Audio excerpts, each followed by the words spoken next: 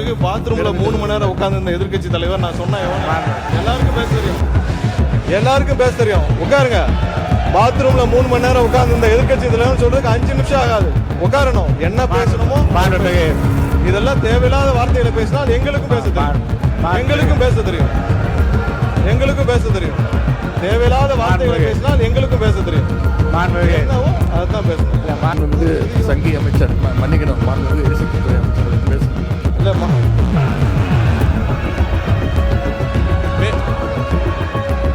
நான் எதுவுமே தப்பா சொல்லல, பேச விடுங்க.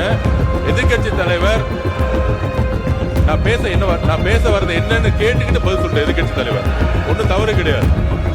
நான் திருப்பி பதிவு பண்றேன். இந்த மாதிரி எல்லாரும் எந்திரிச்சா நாங்க எந்திரிச்சா இந்த அவை நடக்காது. முதல்ல எல்லாரையும் உட்கார சொல்லுங்க, உட்கார சொல்லுங்க, எல்லாரையும் உட்கார சொல்லுங்க. உட்காருங்க. மாண்புமிகு எதிர்கட்சி தலைவர் மட்டும் பேச உட்காருங்க. மற்றவங்கள உட்காருங்க. அவர் பேசுறப்ப நீங்க பதில் சொல்லுங்க.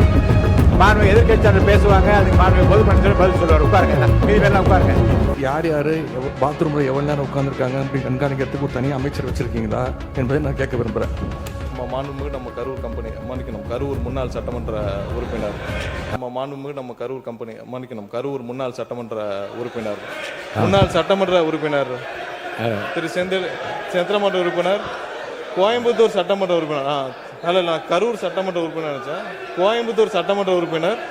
அவர் தான் 2021 உட்காருங்க, 2021 இந்த துறைக்கு உட்காருங்க. அதான் சொல்லிட்டு இருக்காங்க. 2021 அண்ணா மாண்புமிகு அவை முன்னவர் 2021 உட்காருங்க, 2021 அமைச்சராக இருந்தார். அதான் நான் தான் திருத்திக்கிறேன்னு சொல்லிட்டேன். அமைச்சராக இருந்தார். இல்ல எல்லாத்துக்கும் எதிர்கட்சி தலைவர் சொன்னதை நீக்கிட்டீங்களா? அவர் சொன்னதை நீக்கிட்டீங்களா தலைவரே? இல்ல எதிர்கட்சி மாண்புமிகு சங்கி அமைச்சர் மன்னிக்கணும், மாண்புமிகு எரிசக்தித்துறை அமைச்சர் அவர்கள் பேசணும். இல்ல மாண்புமிகு பாத்ரூம்ல நீக்கிட்டீங்களா? மாண்புமிகு பாத்ரூம்ல 3 மணி நேரம் உட்கார்ந்து இந்த எதிர்கட்சி தலைவர் நான் சொன்னா பாத்ரூம்ல 3 மணி எவ்வளவு நேரம்? 5 நிமிஷம் ஆகுமா? உட்காரணும், எல்லாருக்கும் பேச தெரியும், எல்லாருக்கும் பேச தெரியும். உட்காருங்க. பாத்ரூம்ல 3 மணி நேரம் உட்கார்ந்து இந்த எதிர்கட்சி தலைவர் சொல்றதுக்கு 5 நிமிஷம் ஆகாது. உட்காரணும், என்ன பேசணுமோ. இதெல்லாம் தேவையில்லாத வார்த்தைகளை பேசினால் எங்களுக்கும் பேச தெரியும், எங்களுக்கும் பேச தெரியும், எங்களுக்கும் பேச தெரியும். தேவையில்லாத வார்த்தைகளை பேசினால் எங்களுக்கும் பேச தெரியும். என்னவோ அதுதான் பேசணும். இல்ல மாண்புமிகு உறுப்பினர், இந்த கரூர் மாண்புமிகு உறுப்பினர் இந்த கம்பெனி என்ற வார்த்தையை நீங்க வந்து அவைக்குள் நீக்கிட்டீங்களா? நீக்கியாச்சா? சரி. நீங்களே பேசி திருத்திக் கொண்டீர்கள். இருந்தாலும் அது அவைக்குள் அந்த வார்த்தை நீக்கப்படுகிறது. நீக்கியாச்சா? உட்காருங்க. அதான் நீக்கிட்டாங்க.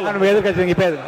மாண்புமிகு எதிர்கட்சி தலைவர் உட்காருங்க. மாண்புமிகு எதிர்கட்சி தலைவர் உட்காருங்க.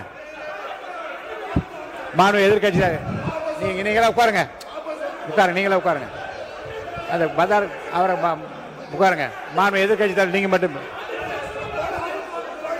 நீங்க இல்லைங்க. மாண்புமிகு எதிர்கட்சி தலைவர் பேச அனுமதிச்சிருக்கேன். அவர் பேச அனுமதிக்க நீங்களே அதை அப்ஜெக்ட் பண்றீங்களா? நீங்களே அப்ஜெக்ட் பண்றீங்களா? அவர் பேசுறத நீங்க பேசுங்க. மாண்புமிகு தலைவர் அவர்களே, இப்போ தமிழ்நாட்டில் யார் யார் பாத்ரூம்ல எவ்வளவு நேரம் உட்கார்ந்துருக்காங்க அப்படின்னு கண்காணிக்கிறதுக்கு ஒரு தனி அமைச்சர் வச்சிருக்கீங்களா என்பதை நான் கேட்க விரும்புறேன். மாண்புமிகு பொதுப்பணித்துறை அமைச்சர் அவர்கள். பேரவைத் தலைவர் அவர்களே, இந்த விவாதம் மானிய கோரிக்கைக்கான விவாதம்னு எல்லாருக்கும் தெரியும். பேச விடுங்க.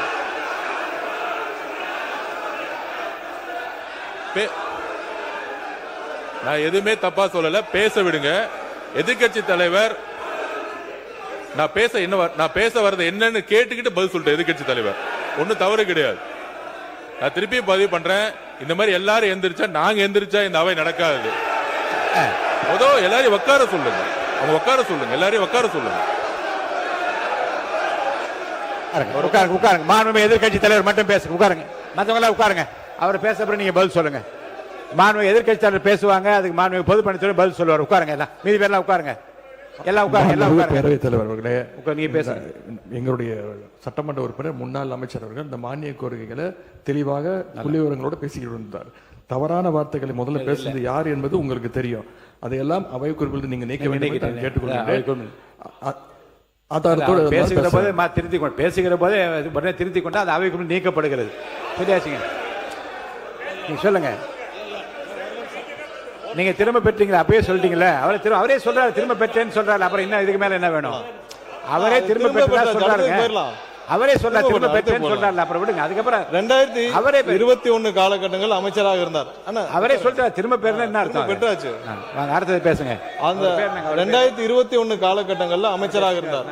அதற்கப்புறம் இருங்க உட்காருங்க. உறுப்பினர் சீனிவாசன், உங்களுக்கு தனியா ஒரு அவை நடத்தணும்னு நினைக்கிறேன். தயவுசெய்து நீங்க குறுக்க பேசாதீங்க. பின்னர் 2021க்கு பின்னர் அதுக்கப்புறம் வந்து அவர் சிறை செல்கிறார். அதுக்கப்புறம் இன்னொரு அமைச்சர் வருகிறார் இந்த துறையில. இல்ல நான் இந்த துறையில நல்ல விளக்கமா சொல்லுங்க. அப்புறம் அண்ணன் தங்கம் அவர்கள் அமைச்சராக இருக்கிறார். அதற்கப்புறம் வந்து மறுபடியும் இன்னொரு அமைச்சர் திரும்பவும் அமைச்சராகிறார். ஏன்னா இந்த துறையில 4 அமைச்சர்கள் போன 5 வருஷத்துல இந்த துறையில 4 அமைச்சர்கள் மாற்றப்படுகிறார்கள். கடைசியாக திரு சிவசங்கரன் அண்ணன் சிவசங்கரன் அவர்கள் வந்து அமைச்சராக இருக்கிறார். இந்த மாதிரி இந்த துறைக்கு 4 அமைச்சர்கள் மாற்றப்படுகிறார். அந்த 4 அமைச்சர்கள் மாற்றப்பட்ட 4 முறை அமைச்சரவை மாற்றம் நடக்குது இந்த துறைக்கு மட்டும். அதுல என்ன நடக்குதுன்னு பாத்தீங்கன்னா, எல்லா வருடமும் அதாவது ஒவ்வொரு வருட காலகட்டத்திலையும் பாத்தீங்கன்னா, இப்ப சொல்றோமே நம்ம ஆட்கள் பற்றாக்குறை எல்லாமே சொல்லி வரோமே, இந்த துறைக்கு மட்டும் அதாவது 2016 நான் அதுக்கு முந்தைய ஆண்டுகால மட்டும் ஒரு கம்பேரிசன் சொல்றேன். 2016 2021 ஆண்டு காலத்துல மட்டும் நம்ம மொத்தமாக இங்க ஆட்கள் வேலைக்கு எடுத்தது வந்து 9613 பேர். அதே இதுல இந்த 2021 26 காலகட்டத்தில் வந்து 343 பேர் மட்டும்தான் வேலைக்கு ஆளுகிறதுக்கு எடுக்கப்பட்டது இந்த துறைக்கு. அது ஒரு மிகப்பெரிய, ஏன்னா 15,000 பேர்கிட்ட 10,000 பேர்கிட்ட நம்ம வந்து ரிட்டையர்மெண்ட் ஆகிற இடத்துல 343 பேர் மட்டும்தான். இது மிகப்பெரிய ஒரு பற்றாக்குறை. அது இல்லாம சப்ஸ்டேஷன் அதுக்கு முந்தைய ஆண்டு காலத்தில் வந்து 2016-21 காலகட்டத்தில் 359 சப்ஸ்டேஷன்ஸ் கொண்டு வரப்பட்டது. அதுல இந்த ஆண்டு காலம் இதை 2021-26 வந்து 122. இது மாதிரியான இன்ஃப்ராஸ்ட்ரக்சர் லெவல்ல பெரிய லெவலான எந்த பெரிய மாற்றங்களும் செய்யப்படவில்லை. அதே காலகட்டத்தில் நீங்க ஒண்ணு இல்லை, இப்போ தளவாடங்களை பத்தி சொல்லியிருந்தார். எவ்வளவு தளவாடங்கள், அதாவது நாங்கள் டிரான்ஸ்ஃபார்மர்லாம் நிறைய வாங்கணும், இந்த வார காலகட்டத்தில் நிறைய தளவாடங்கள் தேவைப்படும். அதுக்கு முந்தைய ஆட்சி காலத்தில் இருந்து வாங்கின தளவாடங்களுக்கும் இப்போவும் கம்பேர் பண்ணோம்னா, அதுக்கு முன்னாடி பாத்தீங்கன்னா 84,000 ஒரு டிரான்ஸ்ஃபார்மரும் போன 5 ஆண்டுகள்ல 99,000 டிரான்ஸ்ஃபார்மர் மட்டும்தான் வாங்கப்பட்டது. ஏன்னா நம்மளுடைய தேவைகள் மிகவும் அதிகம். நமக்கு இப்போ மட்டும் பாத்தீங்கன்னா இந்த துறைக்கு 93 சப்ஸ்டேஷன்ஸ் நமக்கு உடனடியாக தேவைப்படுது. அதாவது இன்னைக்கு இருக்கிற பவரோடைய மேனேஜ்மெண்ட்டுக்கு தமிழ்நாடு முழுவதும் ஒரு 593 சப்ஸ்டேஷன் தேவைப்படுது. இதெல்லாம் ஆய்வில் உட்கொண்ட நம்மளுடைய தமிழக முதல்வர் கிட்டத்தட்ட 3 முறை எங்களுடைய துறைக்கு ஆய்வு செய்திருக்கிறார். அதில் ஆய்வுக்கு உட்கொண்டு இந்த வருடம் மட்டும் உடனடியாக 209 சப்ஸ்டேஷன்ஸை வந்து அப்ரூவ் பண்ணி அதை உடனடியாக நிறுவ வேண்டும் என்று கூறியிருக்கிறார். அடுத்து வர சில ஆண்டுகள்ல வந்து 263 சப்ஸ்டேஷன்ஸ் வந்து நம்ம நிறுவ வேண்டும் கேட்டுக்கிறார்.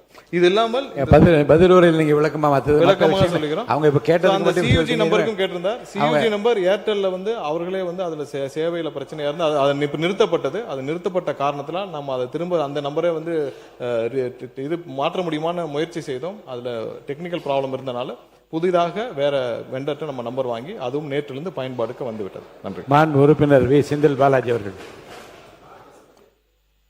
முன்னாள் அமைச்சர்.